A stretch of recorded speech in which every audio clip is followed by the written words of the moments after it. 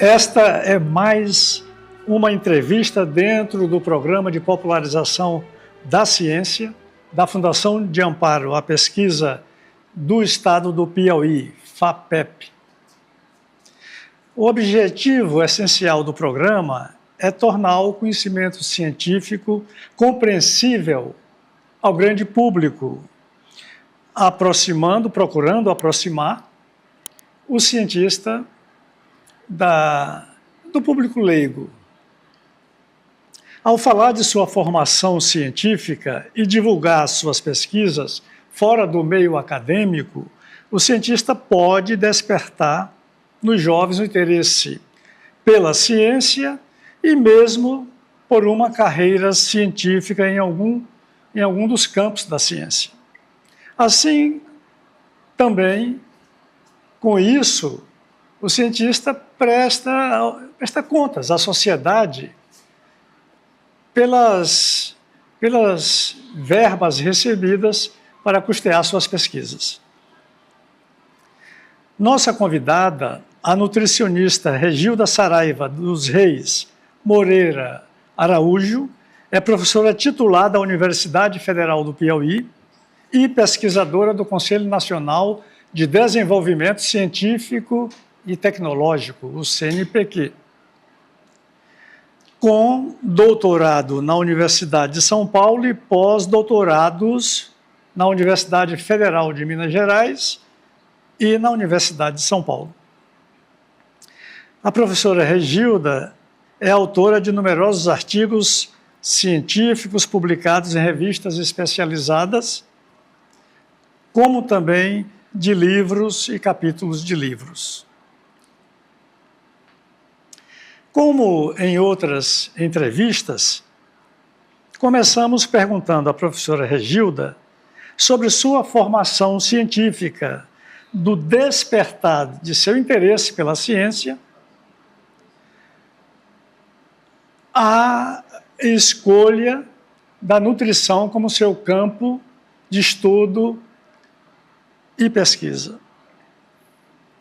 Então, professora. É um prazer estar aqui. Então, a nutrição, ela surgiu para mim como eu sempre gostei, tive um relacionamento para a área de saúde. E aí, quando surgiu o curso de nutrição, quando foi para a época que eu fui fazer o vestibular, eu me interessei, li o que é que o profissional, né, as atribuições do profissional, me interessei e optei por esse curso. E eu sempre gostei muito de ler, de estudar. Meu pai tinha uma biblioteca em casa e a gente lia bastante e já tinha esse interesse em fazer eu não sabia ainda qual graduação eu iria fazer, mas eu queria fazer mestrado, doutorado, pós-doutorado, me envolver com pesquisa e docência. E aí surgiu a nutrição e foi aí que eu comecei, né, fiz vestibular para nutrição e após formada imediatamente já fui fazer o mestrado, que depois combinou com o doutorado e as outras qualificações para a docência.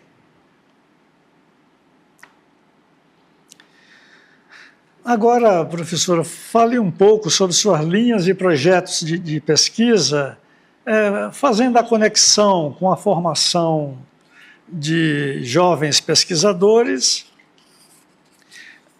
e esta conexão é importante, uma vez que a manutenção da atividade científica depende de renovação, depende da formação contínua de novos cientistas dentro dos programas de pós-graduação, particularmente o doutorado.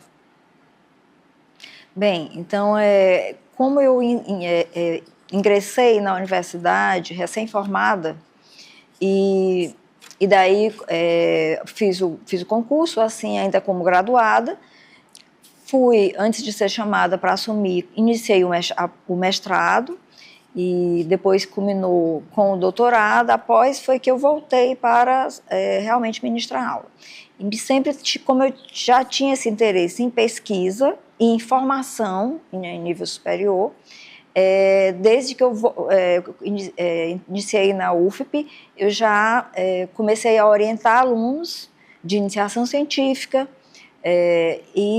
porque ainda a gente não tinha mestrado e doutorado. fui premiada, meu trabalho de doutorado recebeu um prêmio, né, internacional, e com a bolsa de pós-doutorado que eu fui para a UFMG, fiquei lá como professor visitante durante um ano. Quando eu retornei, eu resolvi fazer uma proposta, junto com outros professores da UFP, do Departamento de Nutrição e de outros departamentos afins, na área de alimentos e nutrição. Então, a minha linha de pesquisa sempre foi alimentos, nutrição e ciência de alimentos. E aí eu eu estudo os alimentos para que a gente possa ver qual o potencial desses alimentos para aplicação na saúde. Ou seja, com intervenções, com desenvolvimento de alimentos saudáveis, né, fazendo ensaios clínicos. E tenho trabalhado com os alunos, aí tivemos o mestrado aprovado, né, eu coordenei esse mestrado durante 6 anos, e aí fizemos a proposta, ele passou para nota 4, fizemos a proposta para doutorado, e comecei a orientar em nível de doutorado. Então, assim, desde então, tenho trabalhado, eu já tinha experiência em orientar em mestrado, em outros programas, como do Ciência e Saúde, e aí fui orientar no Alimentos e Nutrição, aí mestrado e doutorado. E eu faço parte também de um programa de propriedade intelectual, porque o mestrado em Ciência e Saúde e o mestrado e doutorado em Alimentos e Nutrição são programas acadêmicos. E o programa de propriedade intelectual e transferência de tecnologia para a inovação é um mestrado profissional. Eu sou orientadora desse programa também, e porque eu tenho esse viés de inovação desde o meu doutorado, que eu desenvolvi um produto, a gente tem um depósito de patente junto à USP, e daí foi um patente social, né? E daí eu enveredei que eu já gostava de desenvolver alimentos saudáveis, alimentos funcionais, que eu trabalhei muito com a parte de compostos antioxidantes, compostos bioativos em alimentos. E tenho trabalhado com os alunos, com discentes em nível de iniciação científica, iniciação tecnológica, mestrado e doutorado, voltado ou para alimentos ou para nutrição. Então, tenho participado desses programas e da participação. Vários alunos que eu orientei, eles já são docentes, tanto no ensino público, como alguns na UF, alguns colegas meus já do Departamento de Nutrição da UF, ou então em instituições privadas. A pergunta que eu faria em seguida já foi parcialmente respondida. Como o resultado das suas pesquisas beneficia a sociedade? Queria só que ampliasse. O seu currículo mostra muita coisa em que a sociedade é beneficiada. Além desses alunos que eu formei, né, que estarem inseridos no ensino e na pesquisa em várias instituições, não só de ensino e pesquisa, mas também como instituições só de pesquisa, como Embrapa, né? Também, como eu trabalho com essa parte de inovação e pesquisa aplicada, então as pesquisas aplicadas são aquelas pesquisas que chegam ao mercado e que impactam diretamente na vida da população. Então, por exemplo, quando eu desenvolvo um produto para controle de anemia ferropriva em crianças, né? Então, eu aplico lá nas creches com as crianças anêmicas para recuperar essa anemia, então ele está chegando à sociedade. E é uma pesquisa aplicada. Então, eu já tenho vários estudos que a gente já aplicou na população. Outra questão também que a gente trabalha a parte de extensão, porque não só pesquisa e ensino, mas a extensão, porque a extensão você chega também. Então, a gente tem projetos de extensão, que a gente trabalha por meio de oficinas, de palestras, de minicursos, informando a população sobre os benefícios dos alimentos, sobre uma alimentação saudável, sobre como os alimentos podem auxiliar no controle e prevenção de doenças. Então, a gente daí faz esse nosso papel de produzir a ciência e de aplicar essa ciência em prol da sociedade. E também quero aproveitar, dentro dessa questão aí de pesquisa aplicada, eu aprovei um edital Centelha, e esse edital Centelha tinha que ter uma startup. Então, nós abrimos uma startup, que é a Calpia, Alimentos Saudáveis e Funcionais. Aí, justamente porque o nosso carro-chefe era um pão de queijo funcional, era um pão de queijo com baixo teor de sódio, baixo teor de gordura, rico em proteínas e antioxidantes, porque ele é adicionado de farinha de feijão calpi, que é um feijão que é da nossa região, né? A gente tem o hábito, que usam muito aqui no Baião de Dois, e ele é conhecido no sul do país como feijão fradinho, feijão macaçá, mas é o nosso feijão verde. E aí nós desenvolvemos a farinha e a gente usa em vários produtos. Ele é rico em proteínas e antioxidantes naturais. Diminuímos o teor de sódio e de gordura, e tem esse pão de queijo já com algumas versões. Concorremos no Startup Nordeste, fomos selecionados e obtivemos uma bolsa para aplicar na empresa. Já desenvolvemos outros produtos, como também uma bebida fermentada, tipo kombucha, que é uma bebida probiótica. Então, assim, a gente está agora partindo para o mercado, porque se esses produtos chegam ao mercado, então aí nós estamos levando para a população alimentos saudáveis e aplicando o que nós fazemos na área de pesquisa, né, e ensino. Isso mesmo, pesquisa aplicada mesmo, né? Aí, assim, eu queria ver um pouco da relação, da sua relação com os grupos de pesquisa, que o CNPq valoriza tanto, né? Aí, eu queria que você falasse um pouco sobre os grupos. Eu participo de alguns grupos de pesquisa. Eu participo do grupo de pesquisa de ciência de alimentos, aqui no Piauí, né? Aqui em Teresina, da UFP, eu participo de ciência de alimentos, participo aqui que é da UFP, participo do grupo de pesquisa inclusive sou líder junto com outra professora de um grupo de pesquisa em alimentos e nutrição humana. Participo de um grupo de pesquisa também no Instituto Federal, que é a parte de ciência e tecnologia de alimentos. Participo do grupo de pesquisa com o pessoal da Embrapa, que é com o feijão calpi, né? A Embrapa daqui, Meio Norte, é especialista em feijão calpi, que é o feijão que eu pesquiso. E participo de grupo de pesquisas também na UFMG, onde eu fiz um pós-doutorado, de bioquímica de alimentos, e no grupo de pesquisa também da USP, na parte de alimentos e nutrição. O meu último pós-doutorado foi em nutrição e saúde pública. Por quê? Porque eu estudo os alimentos para aplicar na saúde pública. Então, por isso, então eu participo de diversos grupos de diretórios de grupo de pesquisa. Inclusive, fui provocada para criar outro grupo de pesquisa no diretório do CNPq, que seria o grupo de pesquisa em compostos bioativos em alimentos. Que aí eu estou para registrar também esse grupo de pesquisa. É importante esses grupos de pesquisas porque a gente desenvolve pesquisas conjuntas, todos os alunos que trabalham com a gente, tanto em nível de graduação, de mestrado, de doutorado, fazem parte do grupo, e você vai disseminando a pesquisa. Então, eu faço um trabalho, uma análise aqui, complemento com a análise feita lá em Campinas, no Instituto de Tecnologia de Alimentos, uma análise feita lá no Departamento de Ciências Farmacêuticas da UFMG, lá na bromatologia, na USP, na saúde pública. Então, isso é muito importante para que a gente, além de expandir, também dá uma robustez maior aos nossos trabalhos e às análises, com essas parcerias. A nossa pergunta seguinte se refere às patentes. Patente é uma coisa tão importante, né?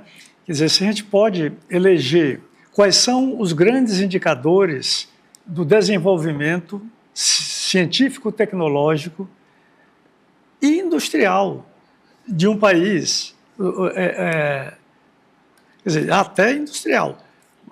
As patentes, se você coloca que a publicação de artigos, de bons artigos em boas revistas, o investimento em ciência e tecnologia, a formação de técnicos, de engenheiros, por exemplo, e o quarto item que serve de indicador do desenvolvimento científico e tecnológico de um país com implicação com impacto na indústria, é a patente. E o Brasil perde feio em termos de patente para países como a China, que é a líder de busca de patentes. A China, os Estados Unidos, o Japão, que são os principais, e outros países. O Brasil não tem a cultura da patente, que é tão assim importante. Aí eu vi no seu currículo 24 pedidos de patente. Então, e muito ligadas a alimentos funcionais. Então, aí eu gostaria, você há pouco já mencionou os compostos bioativos. Sim. Eu gostaria antes de você falar das patentes, definir para o nosso público o que é um composto bioativo e o que é um alimento funcional. Certo. E depois as patentes. As patentes, certo. Então, assim, um composto bioativo é uma substância que contém nos alimentos que ele tem uma atividade biológica importante, benéfica à saúde, como, por exemplo, uma atividade antioxidante, uma atividade antifúngica, né? Então, anti-inflamatória. Então, nós temos vários compostos bioativos, nós temos, por exemplo, eu trabalho muito com os compostos fenólicos, que são compostos que têm uma estrutura, tem um fenol, e que eles são defesas das plantas. Então, as plantas produzem esses compostos, nós também produzimos, para defender, é uma defesa, por exemplo, antioxidante, contra excesso de chuva, excesso de sol, pragas, roedores. Então, quando você trabalha principalmente a agricultura orgânica, a agricultura orgânica, você não trabalha com defensivos agrícolas. Então, os alimentos orgânicos, eles são mais ricos nesses compostos, porque esses compostos são defesas. Como ele não tem um defensivo agrícola, ele vai produzir mais. Então, esses antioxidantes naturais. Nós temos uma riqueza muito grande aqui no Piauí de frutos do cerrado piauiense, né? Do semiárido, que é Cerrado e Caatinga. Nós temos vários frutos que têm altíssimo conteúdo, por exemplo, de licopeno, que é um composto bioativo, que normalmente esses compostos, eles são pigmentos que dão cores aos vegetais, por exemplo. Por exemplo, licopeno é um pigmento vermelho, é um composto bioativo, é um carotenoide, que dá essa cor vermelha e tem uma alta atividade antioxidante, que está no tomate, na melancia, na pitanga, no mamão. Nós temos um carotenoide. Nós temos os fenólicos, que são compostos que estão presentes, por exemplo, no chocolate, né? Estão presentes no café, estão presentes em vários frutos que nós temos aqui no feijão calpi, que eles têm essa atividade antioxidante natural. E daí é importante porque eles atuam contra o estresse oxidativo, que vai causar doenças crônicas não transmissíveis, como obesidade, hipertensão, diabetes. Também eles são importantes contra a questão do envelhecimento precoce. Então, esses são compostos bioativos, são compostos que são substâncias que estão contidas nos alimentos naturais, que têm uma atividade biológica importante. Os alimentos benéficos à saúde. Os alimentos funcionais são chamados alimentos funcionais, né? Por quê? Porque eles contêm essas substâncias que têm atividade biológica.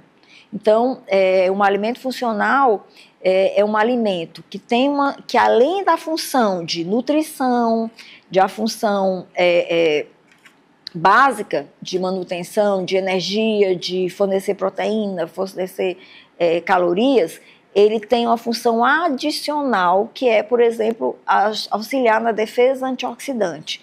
Esses alimentos, eles têm esses compostos que eles auxiliam a prevenção de doenças e manutenção da saúde por conta dessas propriedades que eles têm antioxidante, anti-inflamatória, antifúngica. Então, várias atividades que vão nos auxiliar a prevenir doenças. E, se tiver a doença, no controle dessas doenças, eles auxiliam. Então, essas são as substâncias bioativas e os alimentos são chamados funcionais, porque, além das funções básicas, contém essas substâncias. Que só os naturais têm, né? Sim. Os alimentos industriais, não. Os industrializados. Os alimentos funcionais, a gente pode desenvolver alimentos para que eles sejam funcionais. Então, são os alimentos saudáveis que se desenvolve, pode se adicionar o composto ao alimento para ele ser funcional. E tem os alimentos, e você pode desenvolver alimentos que você combina ingredientes que contém esse composto e ele é um alimento funcional. Ou então é um alimento, por exemplo, uma fruta, ela é funcional, por exemplo, o tomate. Ele é funcional porque ele tem o licopeno, que é o mais eficiente extintor do oxigênio, inglês, que é o oxidante, que vai causar o estresse oxidativo. Então, ele tendo o licopeno ele vai, digamos assim, combater esse estresse oxidativo, evitar que ele aconteça, retardar essa oxidação, porque o antioxidante, ele se oxida para que a célula que ele está, né, não se oxide. Daí, nesse seu projeto, nessas patentes que você já solicitou, trabalhar com alimentos com potencial de prevenção de doenças, né? Aí falando nas patentes, desde a minha primeira patente, que foi lá na USP, que foi desenvolver um alimento rico em ferro para controle da anemia ferropriva, que a prevalência era 85% da população de crianças, e a gente desenvolveu, e com 60 dias nós passamos de uma anemia que era altíssima. Na época, que a prevalência, no caso, era 62,5%, que tinham tido a estratégia de saúde da família, eles tinham tomado sulfato ferroso, mas não tinham controlado.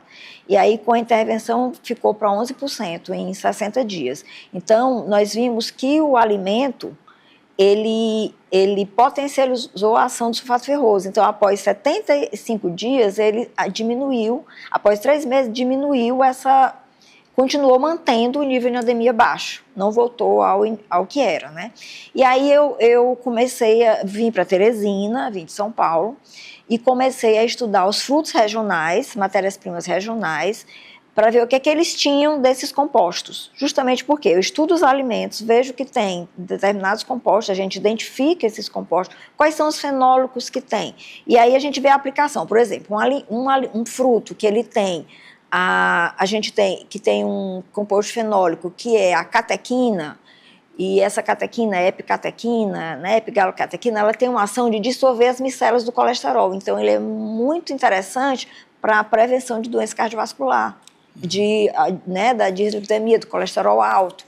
Então, as nossas patentes, eu procuro trabalhar com as matérias-primas regionais, desenvolvendo produtos funcionais saudáveis, com essas matérias-primas que são benéficas à saúde por conter esses compostos bioativos. Então, a gente já desenvolveu barra de cereais, já desenvolveu, tem o pão de queijo, bebida fermentada, já desenvolvemos outros tipos de pães, biscoitos integrais, cookies, vários produtos. Por quê? Porque se eu coloco, por exemplo, se eu pego feijão calpi, faço uma farinha rica em proteínas e antioxidantes e adiciono num cookie, então, uma criança, ele pode não querer consumir feijão, mas ele vai querer consumir um cookie que tenha farinha de feijão. Então, eu vou conseguir ofertar, além das proteínas, os bioativos, né, os antioxidantes, os benéficos à saúde, que não seja necessariamente ingerindo o feijão,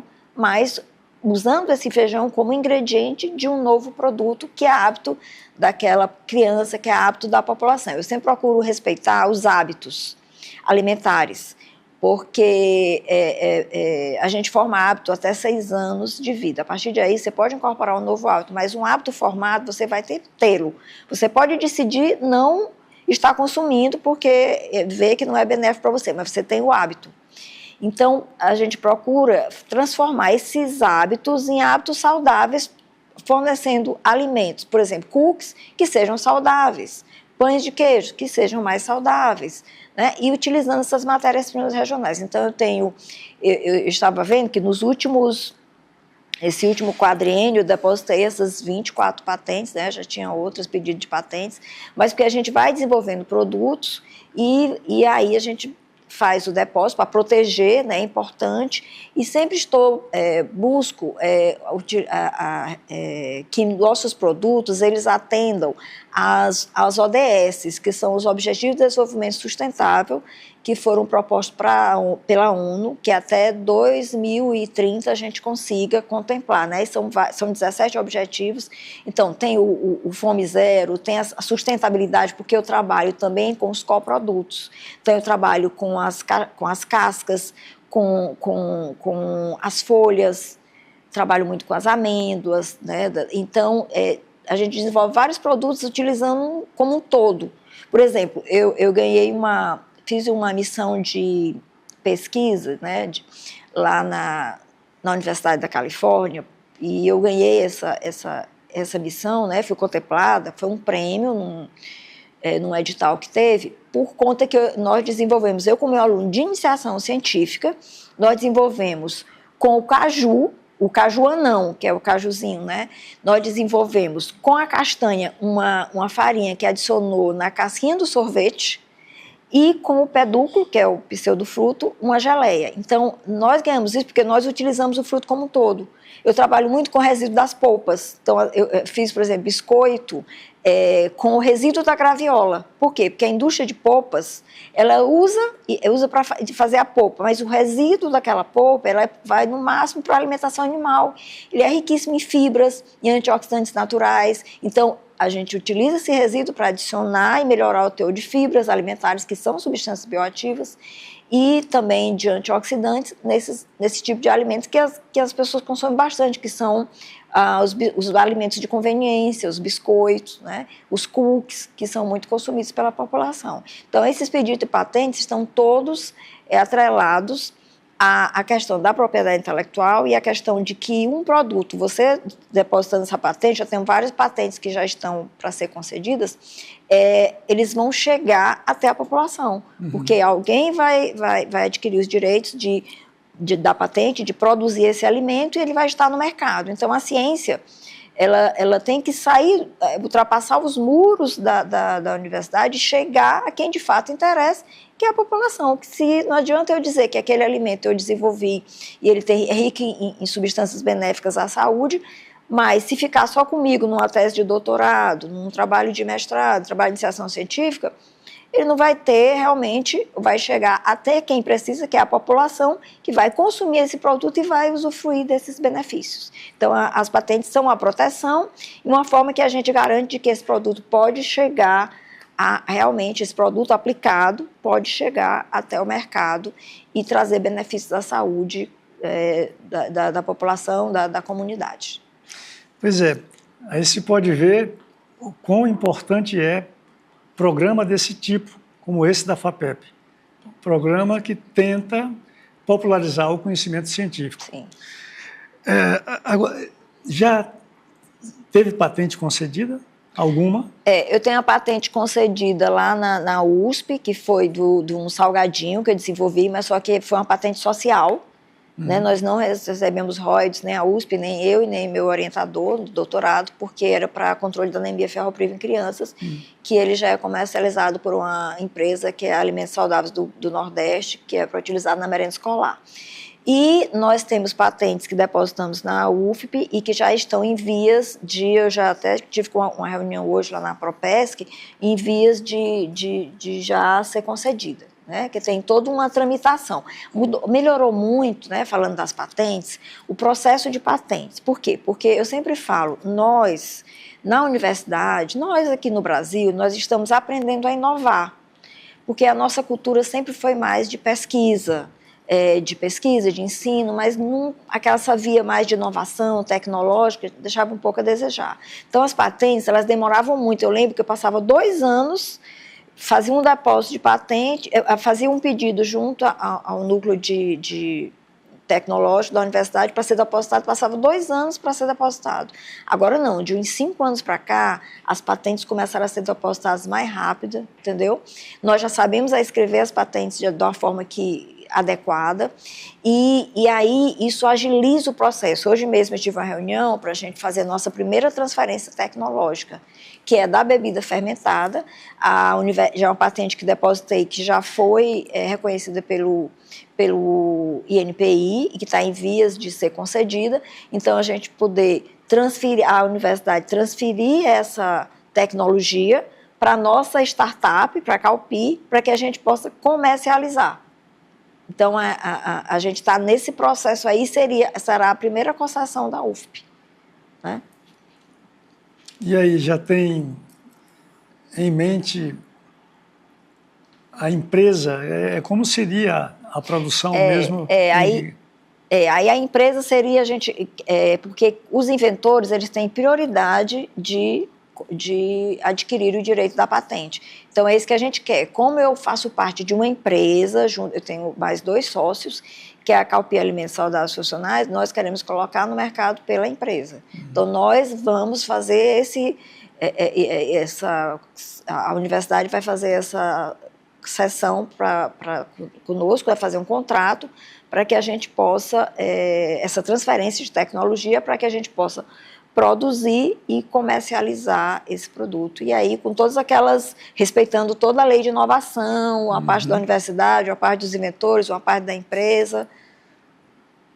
Pois é. Bom, o assunto agora é o mel de abelha, né? Aí, o mel de abelha que é tão importante na economia do Piauí, né? E também tem uma importância expressiva no seu trabalho de pesquisa, né? Aí gostaria que você falasse um pouco realmente desse projeto, o mel de pesquisa dos diversos méis, das diversas floradas e tudo, né? Uhum. Eu não tinha estudado mel ainda e eu participei de bancas de doutorado na Universidade Federal de Santa Catarina, em que a professora estudou os méis todos produzidos lá na região, né? E eu achei muito interessante, principalmente porque o mel ele é fonte de compostos bioativos, os compostos fenólicos, né? E aí eu fiquei aquela curiosidade, como é que será o mel do Piauí, já que nós exportamos, né? Nós temos muita produção de mel. E fui provocada por uma professora da região, que é lá do campus da UFP em Picos, que trabalha com mel, é bióloga, e para que a gente pudesse fazer a identificação da botânica, para saber qual a origem do mel, né? Porque a gente tem várias origens. E eu fazer a parte dos compostos bioativos, que é o diferencial do mel, e os minerais.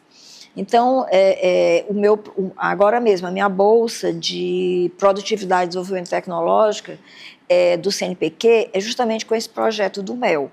Então, nós trabalhamos com todos os produtores da região e esses produtores e adjacências, e aí ela fez essa identificação, qual era a origem de cada um, porque não tem nenhum trabalho mostrando a origem. Por exemplo, o mel de Croton, que é o marmeleiro, nós identificamos. E aí eu fiquei com a parte de analisar e identificar os compostos bioativos, os compostos fenólicos.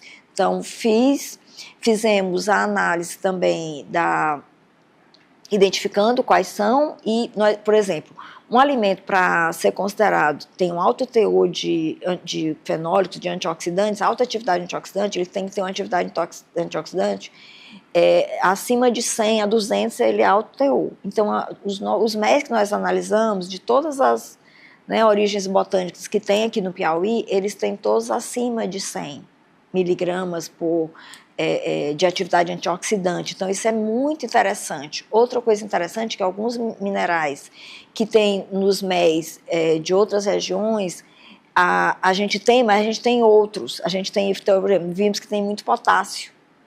Então, tem algumas diferenças regionais que dão todo esse diferencial ao mel produzido na nossa região. Além dessa identificação que não se sabia a origem do mel do Piauí.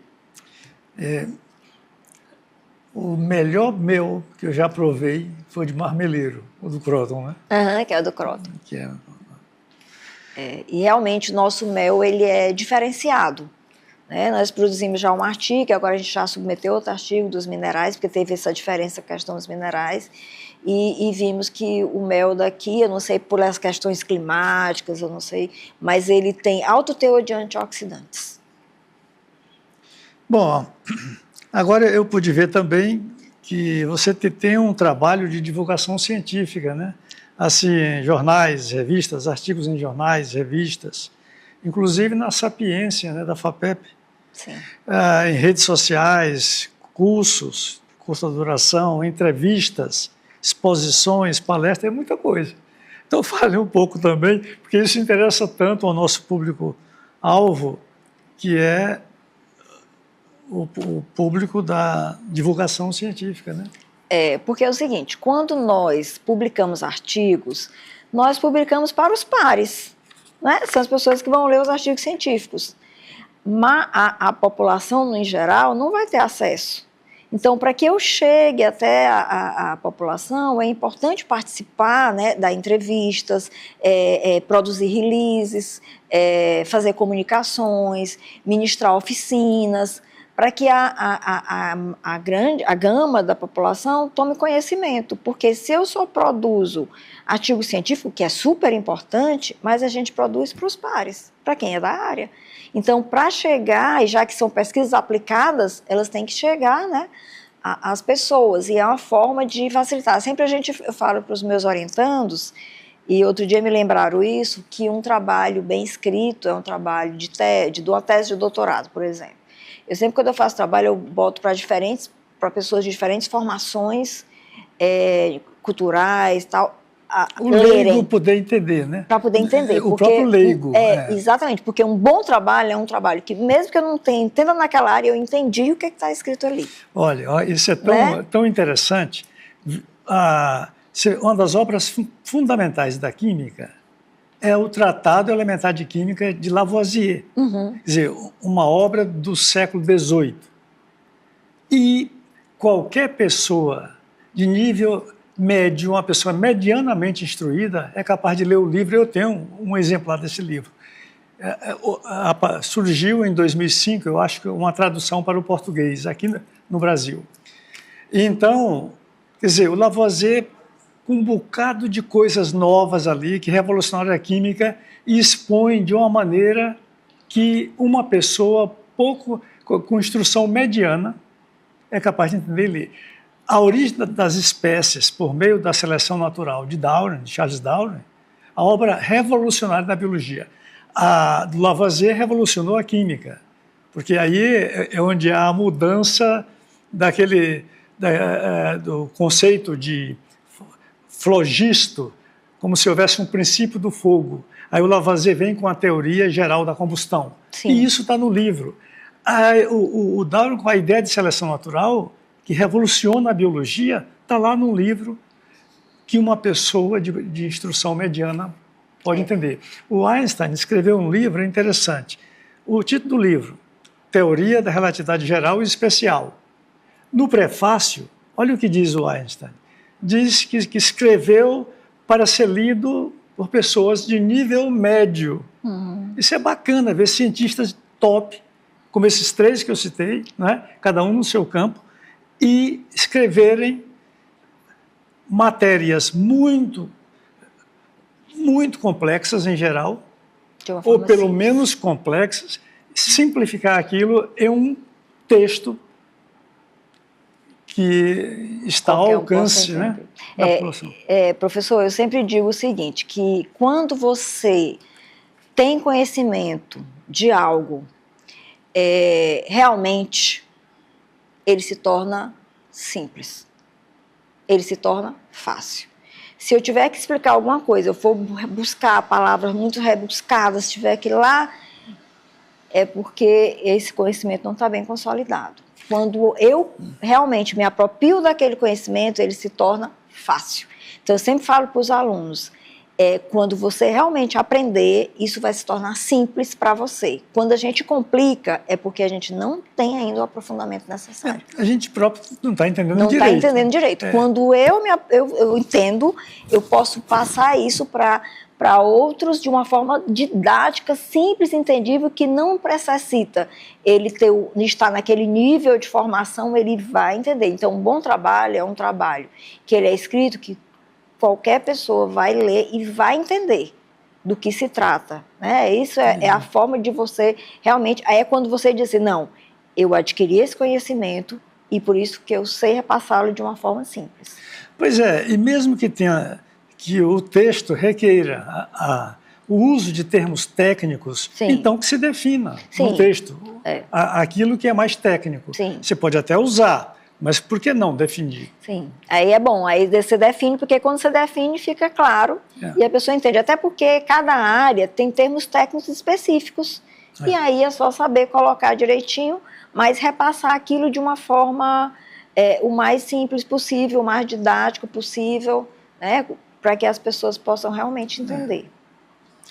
Agora, para concluir essa conversa, né, assim, muito boa, que eu sempre aprendo, olha, as pessoas às vezes perguntam, você é de uma área diferente, então, poxa, o que eu aprendo me dá muito trabalho, eu tenho que preparar muito bem isso, mas o aprendizado compensa no final, né?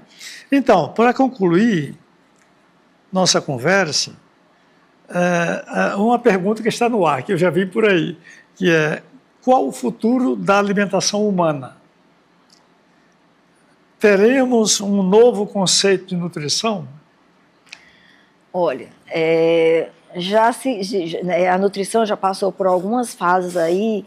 Eu lembro que uns poucos anos atrás, uma vez eu cheguei na minha sala e tinha um saco com a ração alimentar, estava na moda a ração alimentar. Aí eu sempre falava assim, não, nós somos animais racionais, nós usamos os sentidos.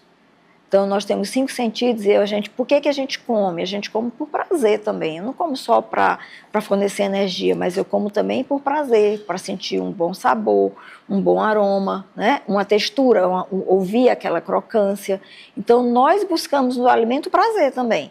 Então, eu não acredito nessa questão de ração alimentar, de cápsula, eu acho que a tendência cada vez mais que houve esse caminho, mas a tendência é a gente voltar para como era antes.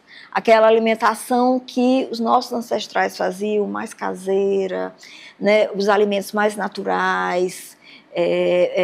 Isso, acho que sim, isso implica em saúde, em bem-estar, em qualidade de vida.